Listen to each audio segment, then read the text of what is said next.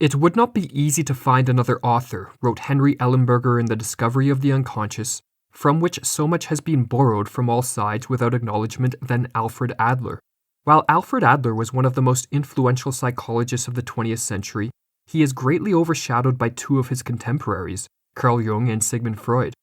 Adler's approach to understanding human behavior, however, has an appealing aspect which these two other men sometimes lack. He is extremely practical. He relied on a common-sense approach to explain why people behave as they do and how they can best go about changing their behavior to live more flourishing lives. One of the overriding themes of his work is that often the source of our suffering is not to be found in the way life challenges us, but in the solutions we adopt in the face of such challenges. And in this video, we will provide an overview of Adler's psychology in order to flesh out this idea. According to Adler, if we are to understand why a person behaves as they do, we must first recognize that humans have a tendency to strive after self-created goals.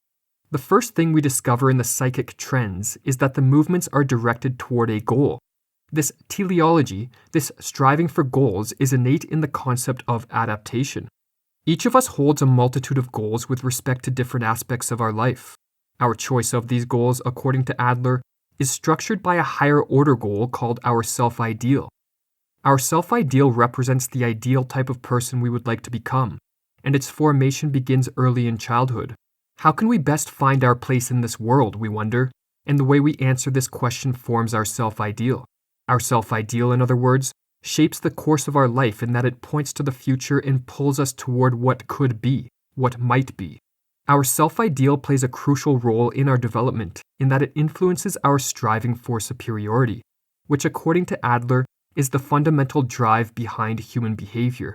We are, in other words, naturally driven to improve our perceived lot in life, to gain a more advantageous position, or as Adler put it, the material of life has been constantly bent on reaching a plus from a minus situation. While the striving for superiority is innate, the specific manifestations of this striving are determined by the content of our self-ideal. We strive for superiority, in other words, by seeking to actualize our self-ideal. As we go through life, we learn what type of behaviors and thought patterns move us closer to our self-ideal and which hinder us.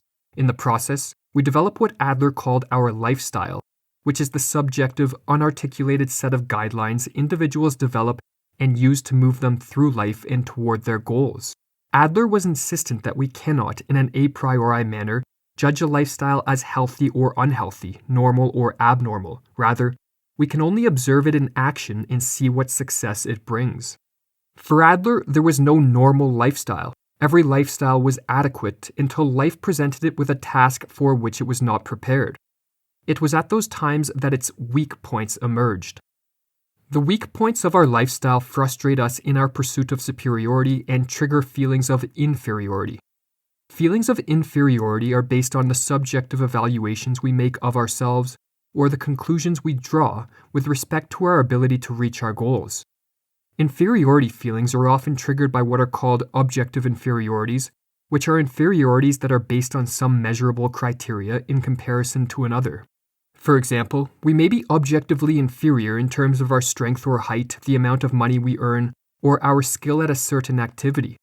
An objective inferiority, however, only triggers feelings of inferiority if it is somehow important to our striving after superiority. If, for example, someone is poor, but money is not an important part of their self-ideal, their lack of wealth will not trigger inferiority feelings. On the other hand, feelings of inferiority can arise in the absence of objective inferiorities. Very often people perceive themselves to be inferior in ways which have no basis in reality. How we react and adapt to our inferiorities strongly impacts our psychological health and the overall quality of our life. Adler suggested there are two primary ways people deal with feelings of inferiority.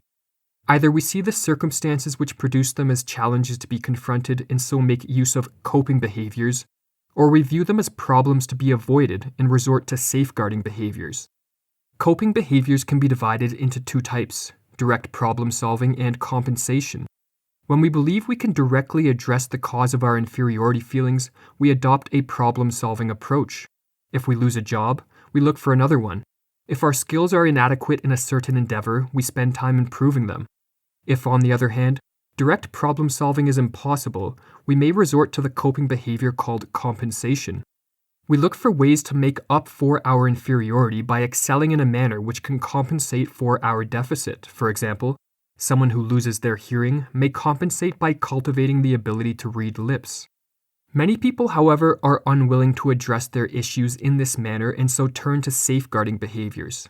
Safeguarding behaviors are used in the attempt to convince oneself and others that the reason they have failed to address their inferiorities and moved closer to their goals is because certain obstacles, which they claim lie outside of their control, are impeding their progress.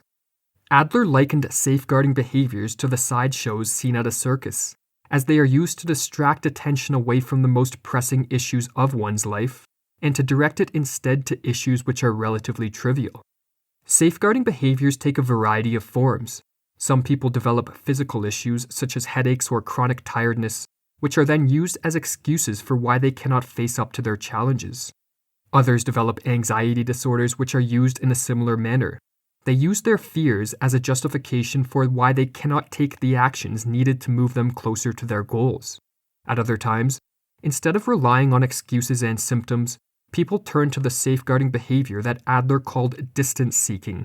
This entails procrastination, or only taking the tiniest of steps forward before falling back into one's comfort zone.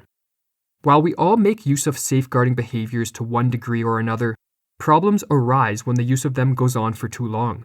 For as Ellenberger noted in The Discovery of the Unconscious, Adler saw those who rely on safeguarding behaviors as pitiful individuals who made use of transparent tricks in order to escape life's duties.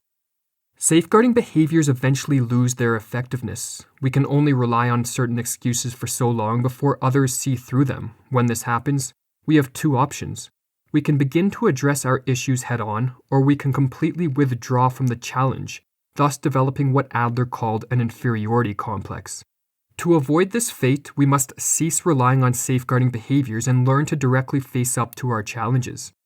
Adler believed that sometimes the reason people struggle to do this is because they have adopted a self-ideal which is unconducive to a healthy existence. Perhaps our self-ideal is overly perfectionist or too reliant on the pursuit of such things as wealth, status, power, fame, or beauty. In other words, our self-ideal is so unrealistic that we are forever thwarted in our attempts to achieve our goals, and so we resort to safeguarding behaviors not knowing what else to do. Therefore, becoming more aware of what we are striving for and adjusting our self-ideal, if necessary, is a crucial step towards self-improvement. In the end, however, even with a more realistic self-ideal, we will only change if we learn to be more courageous. Adler believed that the most basic concern of psychotherapy should simply be to help people cultivate a more courageous attitude toward life. Courage, wrote Adler, is not an ability one either possesses or lacks. Courage is the willingness to engage in a risk-taking behavior regardless of whether the consequences are unknown or possibly adverse. We are capable of courageous behavior provided we are willing to engage in it. Given that we cannot expect life to cease challenging us, we have a choice. Either we cultivate a courageous attitude and learn to coexist with the uncertainty and discomfort this will invite into our life, or we doom ourselves to waste away our days, receding further and further into the misery of our comfort zone.